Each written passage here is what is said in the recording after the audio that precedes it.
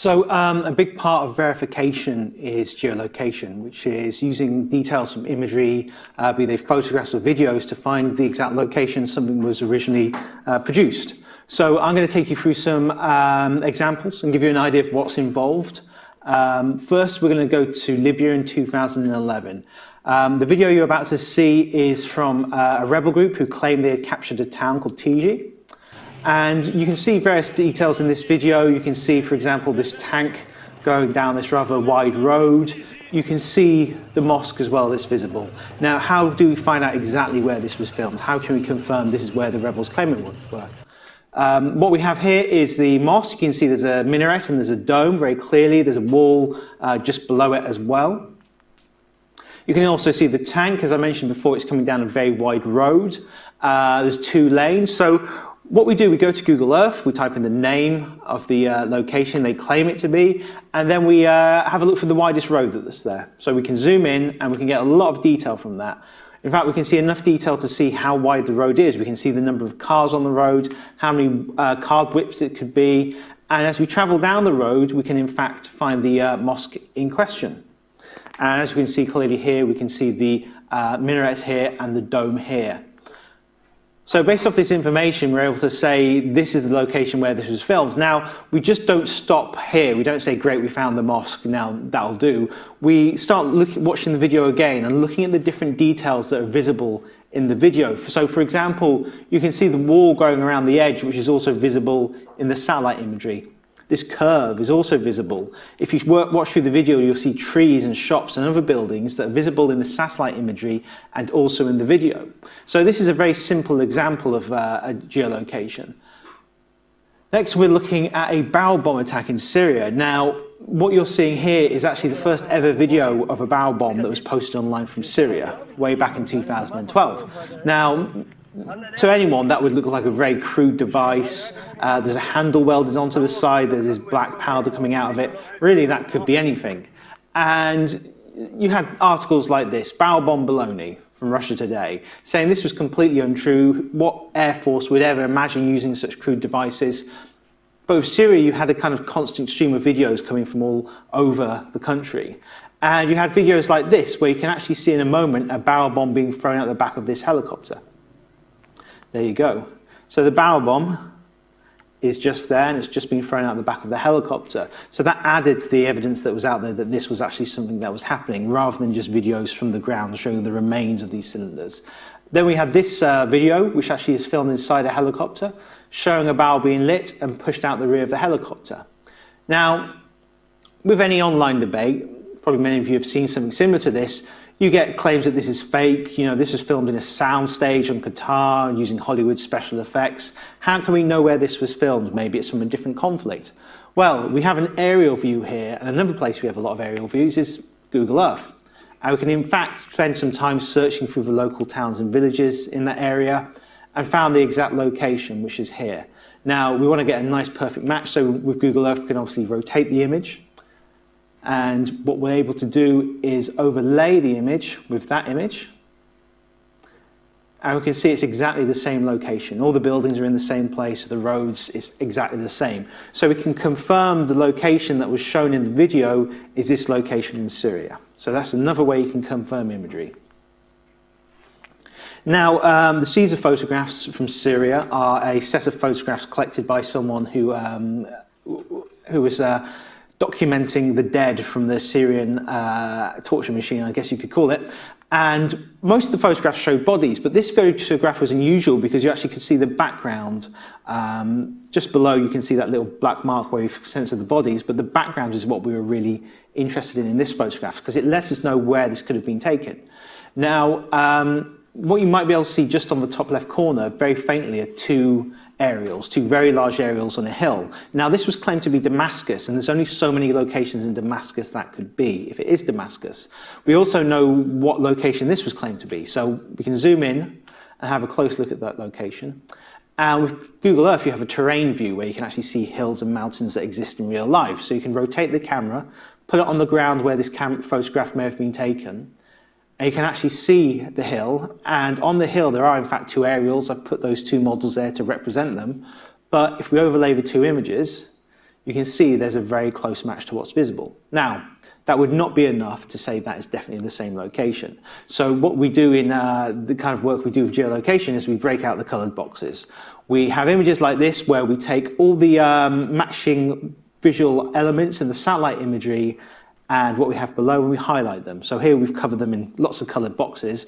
But for example, the blue box here of these trees is highlighted here. We've got the buildings highlighted in yellow. It's a rather lengthy process. I'm not going to take it for you now, but we basically, again, as we did with that first video, we review the image again, we review the satellite imagery and see what matches. And we look out for things that don't match, that should be there but aren't there, or vice versa. Now, there's something very interesting about this location, because just to the north, this is actually the presidential palace in Damascus. Now, how far away is that from where this area where all the corpses are being documented? Well, in fact, it's just over 500 meters away. So, you know, President Assad himself could probably smell that if the wind was blowing in the right direction. But that just gives an extra level of detail about where this is actually positioned and the context within the city and the conflict.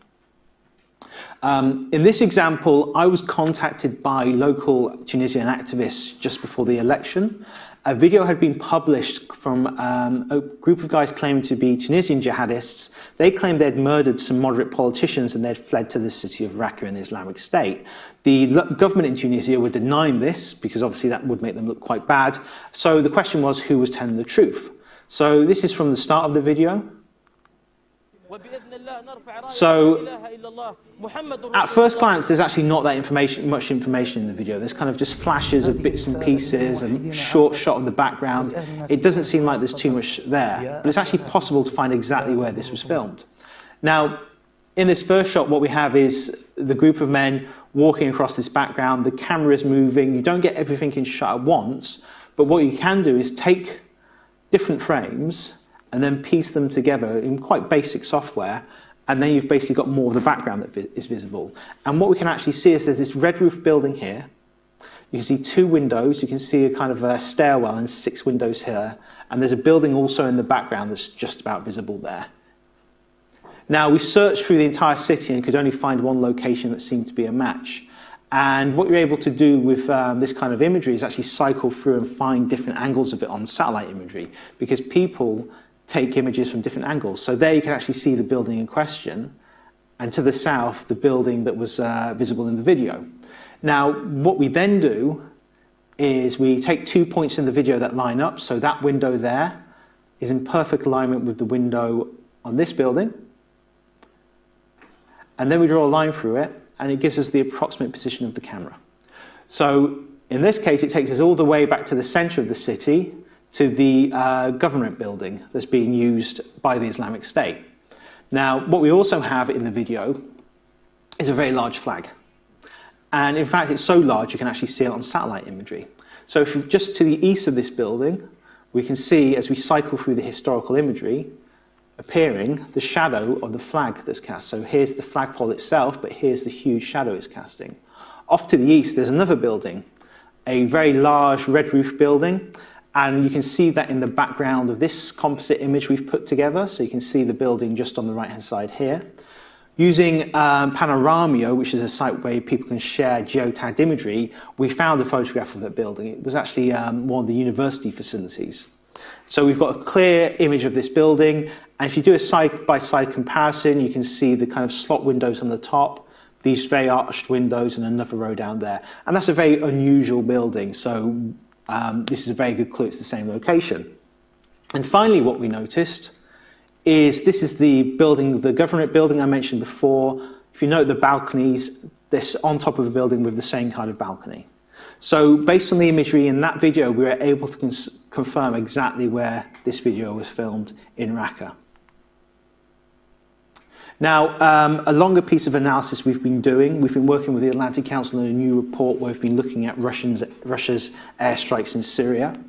And Russia started bombing in September 30th, and they were making various statements. So they were talking about pinpoint strikes against targets of the ISIS terrorist group. And they started posting videos like this, showing those supposed pinpoint strikes against ISIS. And the Russian Defense Ministry, after the first day, they said that the airstrikes were only on the terrorist infrastructure facilities of the ISIS group. And of course, there were discussions, people were saying that's untrue, and of course we have the foreign minister saying, do not listen to the Pentagon about Russian strikes, ask the Russian Defense Ministry. So in a way, that's what we did. We used a platform called CheckDesk, and what a CheckDesk allows you to do is collaboratively verify stuff. It has a pretty simple system. You just add a video on, and then you have a discussion about it, and then you can verify whether or not you believe it's true as a moderator. So people were discussing it, they were given coordinates, they were given Wikimapia links, as you can see there, and we as Bellingcat, we verified that, we double-checked all the information, and we started turning that into a database. And we use a site called Silk, where we can actually map out all the locations. And the great thing about Silk is you can create all this information in the background and have it as the database, but people can make any kind of visualization that Silk allows them to from that information. So here's one. Here's a very simple map of where we've had videos where we've been able to verify them or where some of the information has been false. Here's another example where we have a pie chart where we can see 60% of the videos were false. And false in this case means they were either the location was wrong based on the description of the video, the target they claimed to be hitting was wrong because it wasn't in ISIS territory. Now, as we started doing this, we had saw an interesting response from the Russian MOD's video descriptions. In the first kind of couple of weeks, they were saying ISIS, ISIS, ISIS in most of these videos. As soon as we started saying that they weren't bombing ISIS, they started using more general language. They were saying, oh, actually, we're bombing terrorists, fighters. And we saw that in the same way in the location descriptions. It went from being specific locations, towns, cities, near here, near there, to much broader descriptions. Oh, it's in this region. It's here. So that seems to be a reaction to this kind of criticism was coming out. But it's very easy for us to say, well, according to this map, you're not bombing ISIS. Well, in this case, we actually used their own map to say they weren't bombing ISIS. We geolocated the videos, and then what we did, we took this map, and we went to Google Earth, and we overlaid the map with Syria. And what we then did is we kind of traced out the areas of control, and we removed the map. So that gave us a very useful map that told us where the Russian Ministry of Defense for ISIS was. Then we took all those videos we've been geolocating and we put that on there. And the red videos are where they've provided false information. Green is where they've provided accurate information about the target location. So just to give you a couple of examples of what we're talking about. Here we have one of the earliest videos that were posted. This was claimed to be Raqqa, ISIS. So they're telling us it's all the way over here, but in fact the real location is much further to the west. And we're able to find the exact location. It's, I believe it was in Hama or Idlib. And this is the exact location that was being bombed. Purely through crowdsourcing the question of where was this video filmed, we were able to find the exact location. And funnily enough, they'd actually bombed this location previously in another video. And in this video, the angle's a bit different, but just to help you with the transition, just to keep an eye out for that area, and you'll probably see it quite clearly. So there you can see it there. This is actually from the 30th of September, the 24-hour period of bombing when they said they were hitting only ISIS targets with pinpoint accuracy. This is not an ISIS target. This is not pinpoint accuracy because they wouldn't have to have bombed it again the following week. But this gives you an idea of just one of the many videos we found. I think it's over 120 now, where we've managed to actually find the exact location where it was filmed and confirm other details about it. Now, more recently, they've been doing this with videos. They've put a map on the start so you believe them more. But again, we still double check this stuff. So this was a video, this claimed to be another ISIS facility. This time it was actually claimed to be an area that even the Russian MOD said was under the control of non-ISIS groups. So they kind of use that label quite freely. But one thing with this one is we actually had footage from the ground of this airstrike actually happening.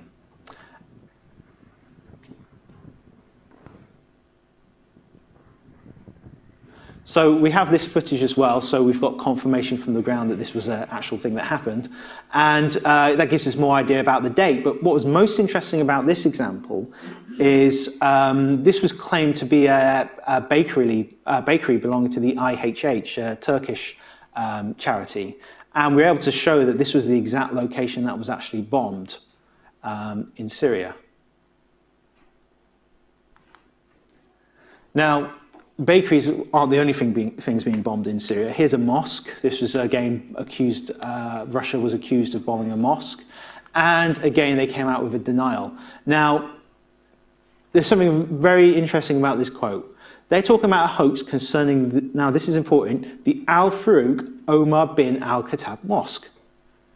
Now, that name is very important because when we look at this, this is what they're claiming is the Al-Farouq Omar bin Al-Khattab Mosque. And I used various sources. I went online, there's social media sites from these local people, they post photographs. I actually sent them messages on Facebook and say, hey, can you give me more details on these mosques? And they sent me this photograph of the front of the mosque, and it's called the Al-Farouq Mosque. There's no Omar bin Al-Khattab, it's just Al-Farouq. We can see on satellite imagery, it's got this large dome. This photograph that was provided to me shows that it has this very clear, bright blue dome. Yet the mosque we saw bombed earlier does not have a dome. Now, maybe you might say, well, maybe the dome collapsed inside the building, the roof collapsed. Well, from the same video, we've actually got the inside of it, and we can see clearly the roof is still in one piece. So that doesn't seem to be the same mosques, and the local told me that the Omar bin Al-Khattab Mosque was the one that was attacked, not the Al-Farouq Omar bin Al-Khattab Mosque. So it was interesting as the Russians used this description, and this was actually a shot from drone footage locals took of the mosque itself, which allowed me to geolocate the videos of the bombing, confirm it was the correct location. Now, if we look at that and compare it to the location of the actual location that was the Russians claimed was bombed, you can actually see there's obviously quite a distance between the two of them. And if we mark them, we can think back to the Russian imagery. They provided aerial imagery of this town. Now, maybe they actually caught the actual location in that imagery. Maybe we can actually have a look and see what was there. Well, unfortunately, what happened was the Russians accidentally put that text exactly on top of the place that was actually bombed. So we can't actually have a look. So, of course, they bombed a mosque, and then they also did this. بسم الله الرحمن الرحيم. أنا منتهى جلال. تاريخ 20/10/2015. قام طيران الحرب الروسي بشن غارة على مدينة سرمين. فتبين أنه الغارة استهدفت مدرسة هي ملاصقة للمشفى الميداني. ولله الحمد أن المدرسة كانت خارجة عن العمل بسبب القصف الصارخ للمدرسة. وكان الدفاع المدني كانت قبل ما تنشن الغارة بثواني دقائق عم تطلب من الناس إنه تروح من الموقع. وأنا بالموقع عم بصور الغارة.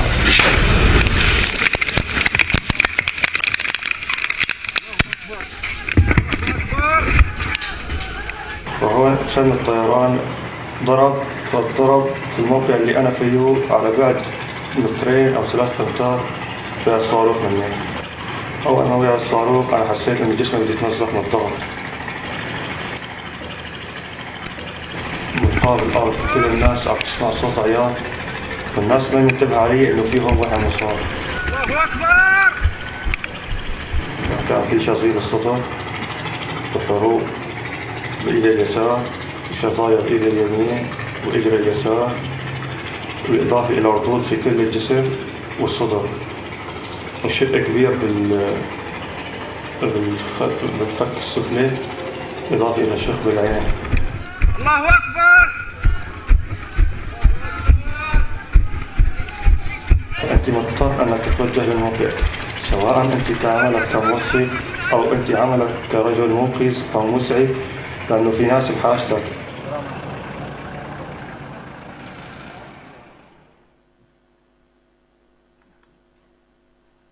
So Russia responded to this. They put out this image, claiming to show that the location was completely untouched. They even went to say, as far to say that it was absolutely undamaged, and moreover, the streets suffered no damage. And they presented imagery like this. They actually used a bit of geolocation themselves to prove that the video on the right-hand side showed the location that was supposedly bombed. And they were questioning if, according to our photography of the area after this supposed bombing, it looks completely untouched. How come in your videos it looks like it's damaged? How come the media is claiming this? Well, what we have is various footage from the bombing. This was filmed just before the second bombing. There's 2 airstrikes. This was before the first one. We can see that in the Guardian video as well. So what we have is this building here, still standing, a small structure. We have a wall that's also still standing. And we also have 4 poles that are here that are also still standing. After the second airstrike, there's damage done to the area. The poles, you can see, are now damaged. 2 of them have been knocked over, 2 are still standing. The building there has been completely demolished. And this footage shows a bit more of the area, clearly a huge amount of damage. And here the poles still damaged, the building's still destroyed, and the wall that was previously partly standing is completely demolished. Now, this is what the area looked like before the bombing, according to Google Earth. Now, if we look up there, we can actually see the poles, 2 pairs of poles casting the shadow. So we know what it looks like on Google satellite imagery, from aerial imagery, when those poles are still standing. We can see just to the right, the square building casting a shadow very clearly, and also the wall and a couple of structures that are part of that wall, again, are still standing. Now,